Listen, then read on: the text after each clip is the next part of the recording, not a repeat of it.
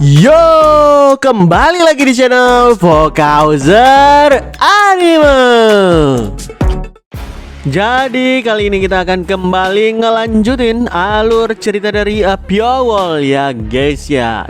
Tapi sebelum kita memulai videonya lebih lanjut lagi, bagi kawan-kawan yang mau traktirin kopi, maka link traktirannya ada di deskripsi di bawah. Oke lah, jadi tanpa berlama-lama lagi, langsung aja kita mulai alur cerita kali ini. Di part sebelumnya, selagi Pure Wall sedang bertemu dengan ketua sekte udang, tiba-tiba Soma yang sedang bersama dengan Wu Jangkrak didatangi oleh Jang Muyeon dari Manor Rain Sword yang punya niat terselubung tentunya. Usai memastikan lokasi Soma, Jang Muyeon malah segera pamit dengan bilang ke Wu Jangkrak, "Aku bersyukur takdir mempertemukan kita. Kuharap hubungan ini akan terus berlanjut. Silakan nikmati sisa jamuannya. Kesempatan menghadiri jamuan megah seperti ini nggak akan datang dua kali," kata Jang Muyeon yang kemudian berlalu sambil tersenyum mencurigakan. Akibat pertemuan itu, seketika Wu Jangkrak malah nangis ketakutan karena takut terjadi apa-apa kepadanya. Seiring Soma ngajak Paman Wu makan bersama, Jang Muyeon yang menatap mereka dari kejauhan gak menyangka bisa menemukan mereka lebih cepat dari yang dia duga. Tiba-tiba bawaan Jang Muyeon yang ada di sampingnya pun nanya, apakah mereka harus menyerang Soma dan Wu Jangkrak sekarang juga? Jang Muyeon pun ngejawab tegas, "Apa kau lupa kita sedang berada di mana?" Meski nama Manor Rain Sword ada di sini, membuat kerusuhan di Gunung Udang ini akan merepotkan nantinya, dan pasti akan ada pihak lain di sini. Wu Jangkrak ini belum cukup kuat untuk menghabisi pamannya sendirian, dan dia juga bukan orang secekatan itu. Setelah mereka keluar dari gudang, baru kita akan menyerang. Jadi bersiaplah, kita akan tunjukkan kepada mereka apa yang akan mereka dapatkan karena udah mengganggu Manor Rain Sword, kata Jang Muyeon dengan tatapan mata syarat balas dendam. Begitu malamnya tiba, terlihat Hong Ye Seol yang berjalan menelusuri area festival langsung memukau semua pria muda yang memandangnya. Tapi nggak ada seorang pun yang menarik perhatiannya kecuali Pure Wall yang juga sedang jalan-jalan di area festival bersama dengan Soma. Usai saling berkenalan, Ye Seol langsung menggunakan pesonanya untuk nanya ke Pure Wall, "Tuan Pure Wall, apa yang membawamu ke jamuan ini? Jujur aku sangat penasaran. Bertemu di acara seperti ini rasanya seperti sebuah takdir istimewa di antara kita." "Nggak ada yang namanya takdir istimewa. Kau belajar menyanyi di mana? Kurasa aku mungkin ingin belajar di sana juga," kata Pio dengan wajah cool seperti biasanya. Ngerasa ada kesempatan untuk menggoda, Heseo pun langsung mencolek dada Pio sembari bilang, "Kalau begitu aku bisa mengajarimu. Gimana?" Tapi Pio segera menangkap tangan Yeseol dan dia bilang dengan tegas, "Aku nggak bersedia." "Kenapa?" tanya Yeseol yang kaget sambil memandang ke arah lain, dan Pio pun ngejawab, "Aku belum siap mati." Ternyata gestur mereka berdua langsung membuat cemburu banyak pria di sekitarnya, termasuk salah satunya Sangguang dari Pavilion Gunma. Sangguang meminta Pio melepaskan tangannya dari sang gadis dan dia pun mengenalkan dirinya dengan bangga di hadapan Yeseol. "Aku Sang Guayok, wakil kepala dari Pavilion Gunma. Aku akan melindungimu dari bajingan itu. Jadi tenang aja."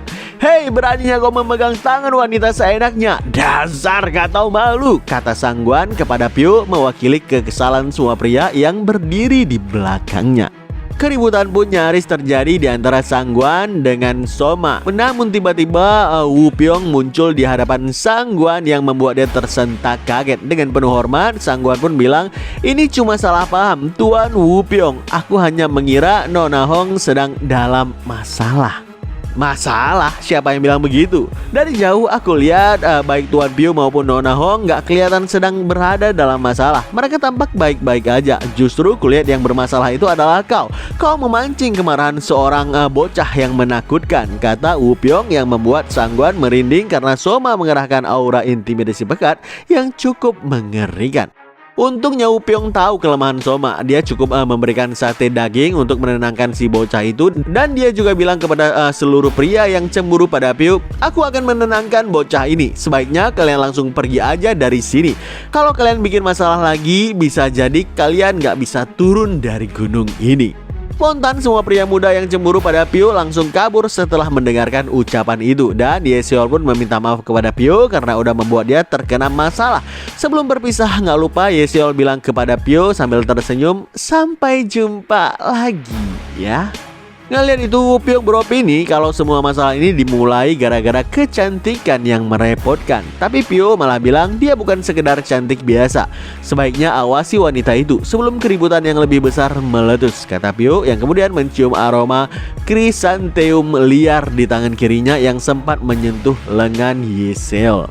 Sedangkan Yeseol sendiri yang terus berjalan menelusuri area festival bilang dalam hatinya, "Pyowol kah? Karena utusan dari si Cuan ada di sini, aku harus menyelesaikan tugasku dengan cepat dan segera pergi. Mungkin aku bisa memanfaatkannya." Keesokan paginya, terlihat beberapa pria yang cemburu pada Pyo semalam sedang menunggu kemunculannya bersama dengan Soma di dekat gerbang Sekte Wudang. Mereka yakin dengan kekuatan jumlah mereka bisa menang melawan Pyo dan juga Soma. Mereka sangat yakin dengan hal tersebut. Mendengarkan diskusi mereka, tiba-tiba Jang Myung menghampiri mereka dan dia bilang, "Aku ingin mendengar lebih banyak tentang rencana kalian itu. Kurasa kalian bisa membantuku," kata Jang Myung yang gak bisa ditolak oleh beberapa pria itu karena statusnya yang berasal dari manor yang terkenal. Nyatanya Pyo saat ini sedang berada di Hall of Enlightenment membaca buku demi mencari petunjuk terkait dengan pelaku pembunuhan Jin Gyeom-woo. Dari buku sejarah yang dia baca tercatat 2 perang besar dalam sejarah yang mengubah Jianghu. Yang pertama adalah Perang Blood Heaven dan yang kedua adalah Perang Heavenly Demon. Selama kebangkitan dan juga kejatuhan faksi-faksi yang tak terhitung jumlahnya sepanjang era kekacauan tersebut, terdapat 4 kelompok besar yang disebut sebagai 2 arus, 3 sekte, 3 penguasa dan juga 3 manor. 2 arus terdiri dari sekte Berserk Martial dan juga manor Heavenly Martial. 3 sekte terdiri dari Kuil Shaolin, Monhua dan juga Wudang. 3 penguasa terdiri dari Dragon Heaven Gorge Martial Sword Troop dan juga Water Heaven Society. Sedangkan 3 manor terdiri dari Manor Divine Moon, Phantom Sword dan juga Rain Sword. Tapi anehnya, arus kekuasaannya bergeser. Nama Nine Dragon gak pernah disebut sekalipun. Mendapatkan fakta itu, Pyo pun bilang dalam hati, jika Nine Dragon adalah organisasi yang dikejar Jin Gyeom-woo seumur hidupnya, pasti mereka udah menimbun kekuatan selama berabad-abad. Dan mungkin aja pernah muncul 1 atau 2 kali di panggung sejarah tapi nggak tercatat. Selain pengetahuan tentang Jianghu yang ada di sini, nggak ada lagi yang lainnya. Tapi aku yakin entitas Nine Dragon jelas keberadaannya. Jin Gyeom-woo kemungkinan dihabisi karena dia hampir menemukan entitas itu dalam penyelidikannya. Fakta kalau mereka nggak tercatat dalam sejarah, bisa aja mereka adalah kekuatan yang muncul setelah terjadinya 2 perang besar. Atau mungkin aja mereka justru tumbuh kuat dengan memanfaatkan sisa-sisa peperangan. Menurutku, nama Nine Dragon menyeratkan aliansi berbagai kekuatan atau mungkin para warrior berbeda yang berlatih bersama. Jika demikian, maka organisasi ini adalah suatu wujud kekuatan yang belum pernah muncul sekalipun di Jianghu sebelumnya. Mungkin itu organisasi rahasia yang anggota tingkat bawahnya sekalipun gak tahu apa-apa. Berbeda dengan kekuatan besar terang-terangan seperti kultus demonik, organisasi rahasia semacam itu gak mudah untuk dilawan. Mau gimana pun, Jin Gyeom-woo gak meninggalkan apapun kecuali masalah besar untukku. Jin Gyeom-woo, sebenarnya kenapa kau mengejar mereka?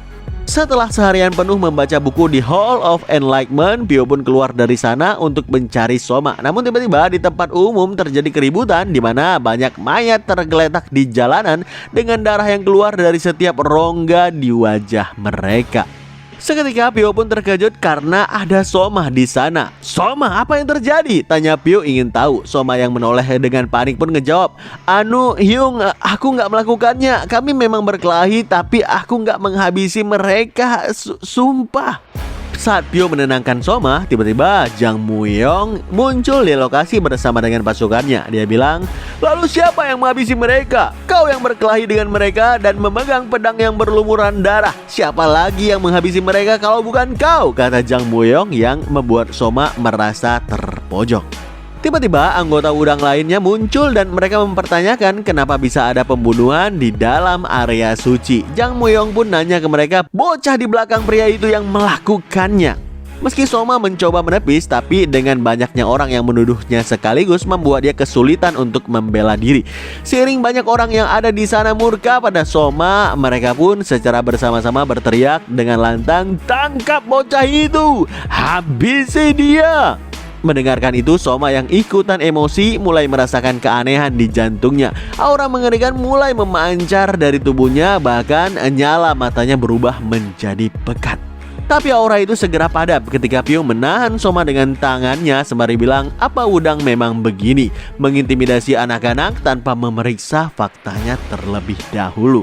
Ada mayat dan bocah yang memegang pedang yang berlumuran darah. Bukankah itu bukti yang cukup? Kalau kau keras kepala membela bocah itu, bahkan kau sekalipun gak akan dimaafkan, kata seorang anggota Wudang mengancam Pio. Tiba-tiba para petinggi Wudang yang bernama Gong Jin pun ikut dalam lokasi itu dan menanyakan keadaan di sana. Mendengarkan anggotanya bilang kalau ada bocah yang melakukan aksi pembunuhan di area suci Wudang dan tamu yang di samping bocah menghalangi mereka, Gong Jin pun bilang dalam hati, dia lagi. Sejak dia datang gak ada hari yang tenang. Gong Jin pun menghampiri Pio dan dia bilang kalau masalah ini adalah urusan sekte mereka. Meski Pio mendapatkan pengakuan dari sang ketua sekte, Gong Jin gak terima kalau Pio terus-terusan ikut campur dan menghalangi urusan mereka. Tapi Pio langsung bilang dengan tegas, masalah Soma adalah masalahku juga, jadi aku boleh ikut campur semauku. Lagi pula kalian membuat tuduhan liar tanpa melihat kebenarannya. Apa para Taois Wudang begitu bodoh sampai gak bisa membedakan mana yang benar dan mana yang salah? "Apa katamu? Beraninya kau menghina Wudang!" teriak Gong Jin sembari mengerahkan aura tekanan yang luar biasa. Namun semuanya melindungi wajah masing-masing dari tekanan tersebut. Saat semua melindungi wajah mereka masing-masing dari tekanan tersebut, Pio sedikit pun gak bergeming ngelihat aura tekanan itu. Bahkan secara tiba-tiba Pio udah berada di depan wajah Gong Jin yang membuat dia benar-benar kaget. Dalam hatinya Gong Jin bilang, cepat, dia cepat. Dia bisa tiba di hadapanku dalam sekejap. Namun kali ini Pio bukan mau mengerahkan teknik asasinnya. Dia pun bilang ke Gong Jin, kalau kau punya mata, lihatlah dengan benar. Mayat-mayat itu bukan dihabisi oleh Soma. Memang benar ada bekas pedang, tapi nggak ada yang cukup dalam untuk membunuh. Kebanyakan luka itu cuma goresan saja. Namun mereka memuntahkan darah dari 7 lubang di wajah mereka. Organ dalam mereka pecah karena tekanan yang berlebihan sehingga mereka pun mati. Luka dangkal di tubuh mereka nggak mungkin menyebabkan muntah darah dari 7 lubang. Bisa-bisanya kalian langsung memutuskan Soma sebagai pelakunya dan hanya melihat dari apa yang kalian lihat saja. Kalau kau buka mayatnya, kau akan melihat banyak organ yang pecah. Aku bisa menunjukkannya sekarang, kata Pio yang mulai ngeluarin dagger untuk mengotopsi. Namun upaya itu langsung dihentikan karena muncul tabib Shim Hak yang terkenal dari Balance Insight.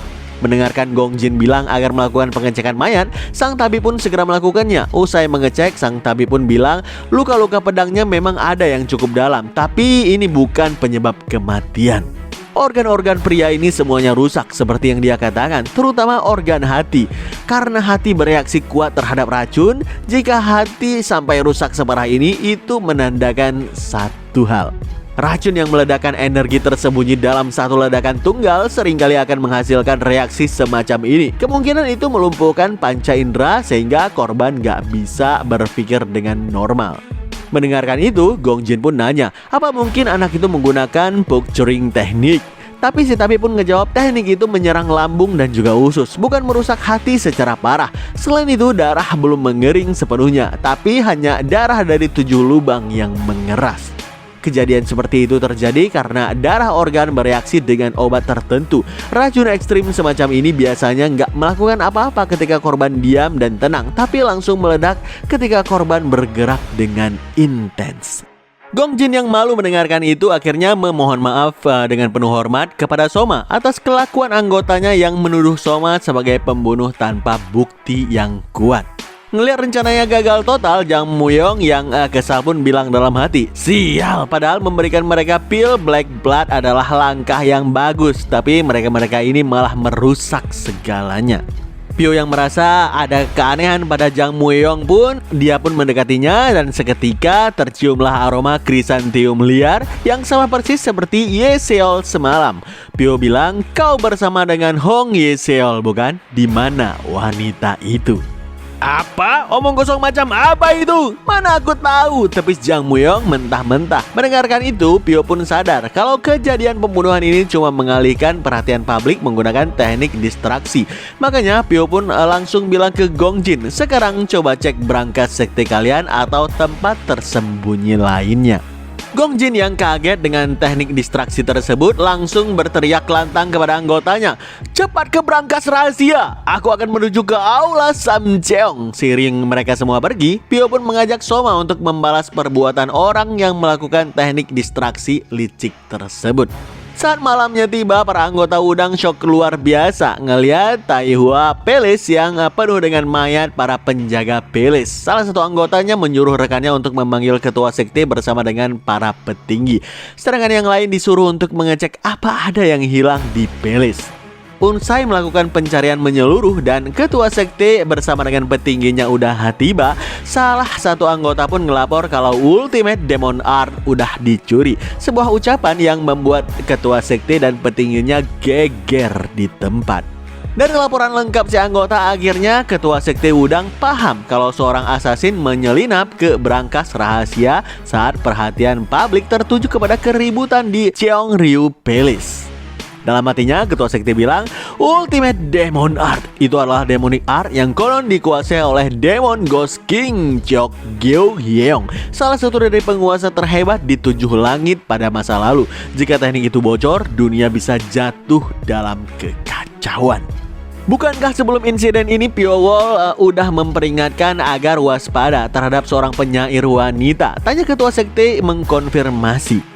Mendengarkan Wu Pyong bilang kalau wanita itu bernama Hong Ye Seol, ketua sekte pun bergumam, dia juga udah memperingatkanku supaya waspada terhadap White Ghost Lotus. Atas kedua fakta tersebut, ketua sekte menyuruh Sang Jin untuk memanggil Wudang Seven Sword guna untuk melacak Hong Ye Seol, karena dia menduga kalau Ye Seol kemungkinan adalah assassin dari White Ghost Lotus. Sedangkan kepada Gong Jin, berhubung dari dia, si ketua sekte jadi tahu kalau yang mengancam Soma berasal dari Manor Rensur dan kebetulan orang itu udah turun gunung, si ketua sekte menyuruh Gong Jin untuk membiarkannya.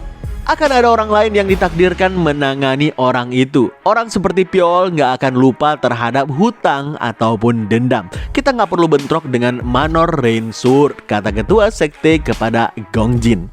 Nyatanya Jang Muyong yang turun gunung saat ini dia merasa sangat kesal karena dimanfaatkan mentah-mentah oleh Hong Ye Seol. Dalam pertemuan mereka sebelumnya, Ye Seol udah tahu kalau Jang Muyong ini ingin merebut pedang yang pihak Pyo Wol bawa, sedangkan dirinya ingin balas dendam kepada Pyo karena udah menghinanya, sehingga kerjasama antara mereka berdua pun berlangsung.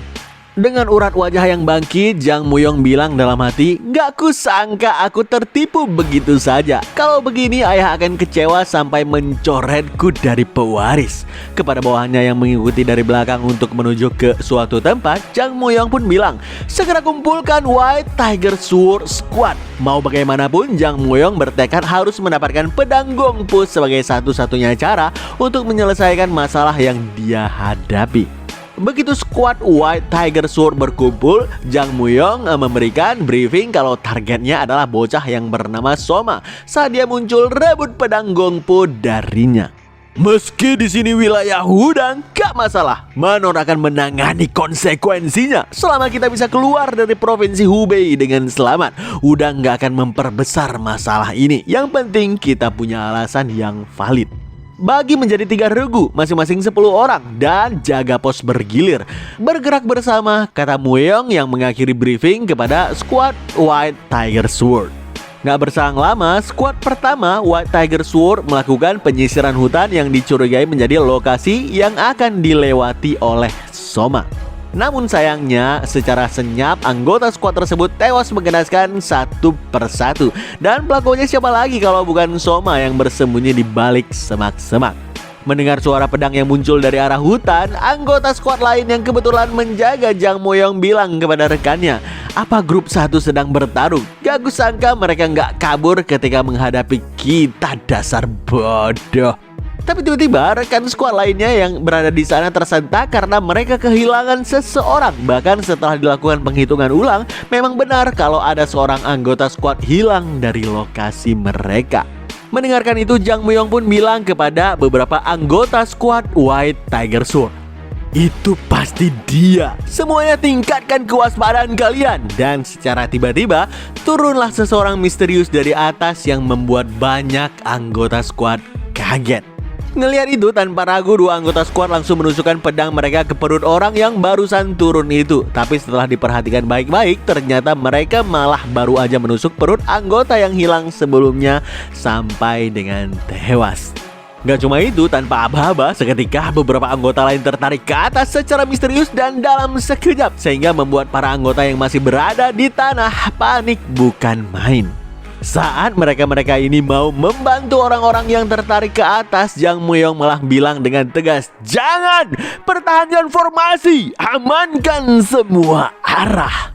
Seiring anggota skuad menciptakan formasi lingkaran untuk melindungi Jang Muyong, mereka pun mulai mendengar rintihan kematian dari para anggota yang ditarik ke atas sebelumnya. Mendengar itu, salah satu anggota pun bilang dengan perasaan yang campur aduk, "Bajingan, kalau udah begini aku yang akan menghabisimu sendirian." Namun dari dalam kegelapan hutan yang melanda, tiba-tiba muncul mata Pyo di hadapan si kawan yang membuat jeritan histeris. Dia di sini, kah? Belum sempat si kawan itu berteriak, seketika Pyo menghantamkan perutnya beberapa kali dengan dagger sekaligus membuat dia benar-benar sekarat. Tapi si kawan yang gak kehilangan akal langsung menangkap tubuh Pyo agar dia menjadi korban yang mati bersama-sama. Ngelihat tubuh musuh tertangkap oleh rekan yang sekarat, tanpa ragu seluruh anggota skuad maju serentak untuk melepaskan serangan pedang mereka secara sekaligus. Bukannya gentar, Pyo malah tersenyum lebar saat ngelihat musuh maju sekaligus ke arahnya. Namun dia segera mengerahkan benang ki andalannya yang langsung mencincang habis semua anggota skuad yang menerjang itu. Tewas menggenaskan tanpa tersisa satupun kata-kata. Spontan Jang Muyong berkeringat dingin ngelihat skuad White Tiger Sword milik ayahnya tewas sekaligus di hadapan dia sendiri, di hadapan Pyo pula. Dengan penuh amarah, Jang Muyong pun bilang, "Dasar cacing hina, kau membuat kesalahan besar. Pertama, kau telah menghalangi masa depanku yang cerah. Kedua, kau berani muncul di hadapanku saat aku benar-benar sedang murka." Pyo pun ngejawab, "Harusnya kau berterima kasih. Paling enggak, kini orang bodoh nggak akan menjadi pewaris lagi." "Diam!" teriak Jang Muyong yang kemudian melepaskan teknik pedang andalannya, Illusory 7 Killing Strike. Dari serangan itu, melesalah 7 aura pedang berkekuatan penuh yang mengarah langsung ke Pyo dengan begitu ganasnya. Tapi hebatnya, Pyo mampu melewati celah serangan itu dengan gerakan yang sangat agresif dan juga gesit, benar-benar gak kasat mata. Sehingga saat terjadi ledakan besar akibat efek dari serangan itu, tiba-tiba Pyo udah berada di belakang Jang Muyong. Jang Muyong yang kaget merasa kehadiran Pyo di belakang tanpa ragu menebaskan pedangnya ke arah belakang. Tapi lagi-lagi ayunan pedang itu terlalu gampil untuk Pyo hindari. Cukup dengan gerakan santai melengkungkan tubuhnya ke belakang. Kesal ngelihat gak ada serangannya yang mampu mengenai Pyo. Bahkan meski udah melepaskan rentetan serangan secara bertubi-tubi, Jang Muyong yang panik kalau ki-nya akan habis duluan terpaksa harus melepaskan serangan penghabisan. Dia pun menfokuskan ki pada pedangnya sembari bilang dengan lantang, "Coba hindari ini." Tanpa ragu, Jang Muyong pun mengayunkan pedangnya secara full power hingga aura naga mengerikan melesat ganas ke arah Pyo. Ngelihat itu, Pyo malah bilang dengan santai, "Teknik apa ini? Pedangnya memang berkilau, tapi sia-sia. Cuma habis-habisin waktu aja untuk menontonnya," kata Pyo yang kemudian langsung mengaktifkan mode Black Lightning sehingga rambutnya tertutupi aura petir hitam. Dengan mode ini, Pyo pun melesat dengan begitu dahsyatnya dengan kecepatan yang sangat tinggi, melewati celah serangan aura naga tersebut sebelum akhirnya Pyo berhenti persis di depan Jang Muyong yang terkaget-kaget sambil menodongkan tangannya ke leher si kawan itu. Bukannya tobat, si kawan yang udah ketakutan malah bilang, "Ya, bahkan kau sekalipun takut dengan Manor Rensur, bukan? Makanya kau berhenti seperti ini, bukan?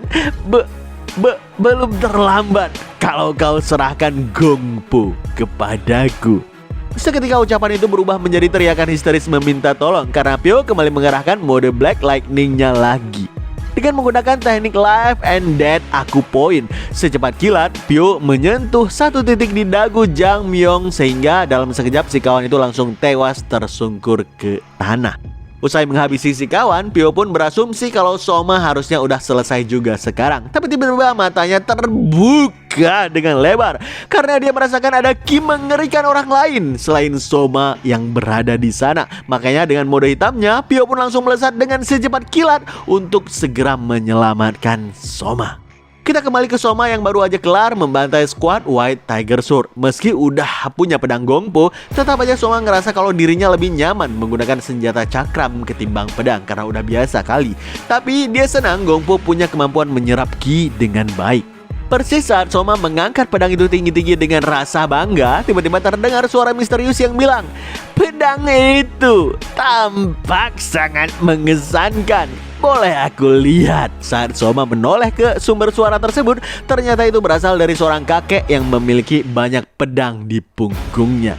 Mendengar Soma bilang kalau pedang itu adalah miliknya, si kakek pun bilang lagi, "Dari yang kulihat kau nggak terlalu mahir untuk menggunakan pedang itu. Kau yakin pedang itu benar milikmu? Sepanjang hidupku, aku nggak pernah melihat pedang seperti itu. Biar ku bawa dan kulihat," kata si kakek itu berjalan mendekat sambil mengulurkan tangannya. "Enggak, siapa kau Pak Tua?" tanya Soma yang mulai panik. Si kakek pun ngejawab, "Kau nggak kenal dengan Raja Serigala Gu Jingwang, salah satu dari 8 tahta. Kupikir aku cukup terkenal loh, ternyata enggak ya. Bagaimanapun, sepertinya kau belum pantas untuk mengayunkan pedang itu. Kenapa nggak kau percayakan aja pedang itu kepadaku? Saat kau menjadi dewasa, aku akan mengembalikannya kok." Ngelihat Soma terus aja menolaknya, bahkan mulai memasang stance pedangnya, Gu Jingwang pun merespon, "Hei bocah, kau mau melawanku? Kalau begitu Pak Tua ini nggak punya pilihan lain selain bertindak," kata si kakek yang kemudian mengerahkan aura misterius dari tangan kirinya. Sehingga secara tiba-tiba, Soma bersama dengan pedangnya tertarik ke arah si kakek itu. Soma yang panik pun buru-buru menyarungkan pedangnya lalu melemparkan cakram yang udah dilapisi dengan aura yang pekat. Parahnya cakram itu berubah haluan, melesat dari sang kakek setelah terkena aura misterius dari tangan kirinya itu. Setelahnya, Gu Jingwang pun bilang lagi, "Memasukkan pedang sehebat itu kembali ke sarung tanpa memakainya. Kau nggak layak jadi pemiliknya, bocah. Kasihan pedang itu. Biar kubuktikan kegunaan pedang yang sebenarnya," kata si kakek yang kemudian menarik salah satu pedang dari punggungnya.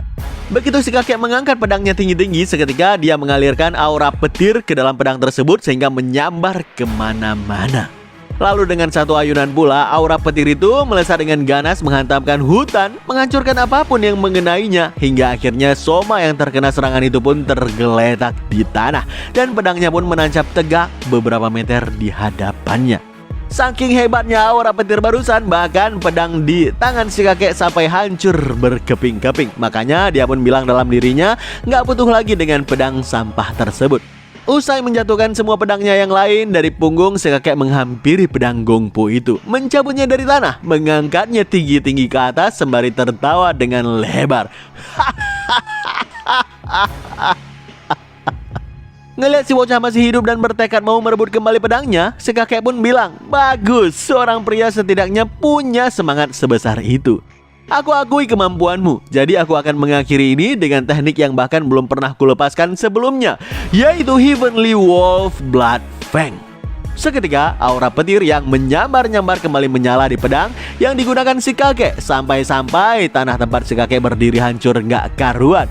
Ngelihat pedang Gongpo mampu menyerap semua ki yang dia lepaskan, si kakek pun bilang, "Luar biasa, pedang lain pasti udah menjadi debu sekarang." Saat si kakek bersiap melepaskan teknik pedang ultimate-nya, tiba-tiba benang tajam melesat dari arah belakangnya yang membuat si kakek benar-benar tersentak. Makanya dia pun melepaskan ayunan pedangnya ke belakang hingga menciptakan ledakan dahsyat yang menghancurkan semua yang mengenainya. Ngelihat benang-benang yang putus di hadapannya, si kakek pun bilang, "Benang yang terbuat dari ki ya? Apa bocah ini menarik seseorang keluar? Melihat cara dia merayap seperti serangga, pasti dia adalah seorang assassin." Menarik juga. Tanpa ragu si kakek mengalirkan Ki Detection andalannya ke dalam pedang Gongpo, sehingga kekuatan deteksinya meningkat berkali-kali lipat. Tapi meski Ki tersebut menyusuri hutan dalam di sekitar, si kakek tetap aja nggak menemukan siapapun. Dalam hatinya dia bilang, gerakan kecil apapun seharusnya memicu ground sensing sword teknik milikku. Apa dia udah kabur dari sini? Namun tiba-tiba mata si kakek terbuka dengan lebarnya karena dia merasakan pinggangnya ditusuk dari arah belakang. Kau bajingan! Teriak si kakek kepada Pio yang menggunakan mode hitamnya, lalu melepaskan ayunan pedang terkuatnya yang memaksa Pio harus mundur jauh ke belakang. Ngelihat kemampuan si kakek, Pio sadar kalau dia nggak bisa melawan kakek ini sambil melindungi Soma sekaligus. Dalam hatinya Pio bilang, kemana Soma pergi? Nggak, aku harus fokus. Kalau itu Soma, pasti dia udah melarikan diri dengan selamat. Si kakek pun merasa kagum pada Pio karena ini pertama kalinya dia terluka lagi setelah bertahun-tahun lamanya. Apa kau assassin dari White Ghost Lotus? Tanya si kakek penasaran. Berhubung Pio cuma diam, si kakek pun bilang lagi, yah nggak masalah. Setelah aku menangkapmu dan memaksamu untuk mengaku, toh aku bakal tahu juga nanti, kata si kakek sambil menerjang dengan kekuatan pedang petirnya lagi. Tapi Pio yang kembali mengaktifkan mode hitamnya, dia pun melompat ke atas dan tiba-tiba udah berada lagi di belakang si kakek dengan kecepatan yang sangat kilat. Namun si kakek yang cepat sadar langsung melepaskan tebasan petir yang ganas dan memaksa Pio harus menghindar dengan menjatuhkan tubuhnya ke belakang. Diikuti gerakan roll beberapa kali untuk menciptakan jarak. Ngelihat gerakan menghindar yang sangat cepat barusan, sang kakek pun mengakui kehebatan Pio. Sedangkan Pio sendiri kali ini dia kembali merasa tegang, persis seperti menghadapi kematian saat ular putih menggigitnya dulu. Dalam hatinya Pio pun bilang, udah lama aku gak merasakan sensasi seperti ini. Seiring Pio menatapnya dengan lebih tajam, si kakek pun bilang, jadi akhirnya kau benar-benar ingin bertarung dengan seriuskah, assassin? Yuk kita cukupkan ceritanya sampai di sini ya guys ya. Gimanakah keseruan final battle antara si kakek petir dengan Pio? Saksikan keseruannya sampai dengan tuntas di video berikutnya. Oke lah, stay terus di channel Vocozer dan stay update.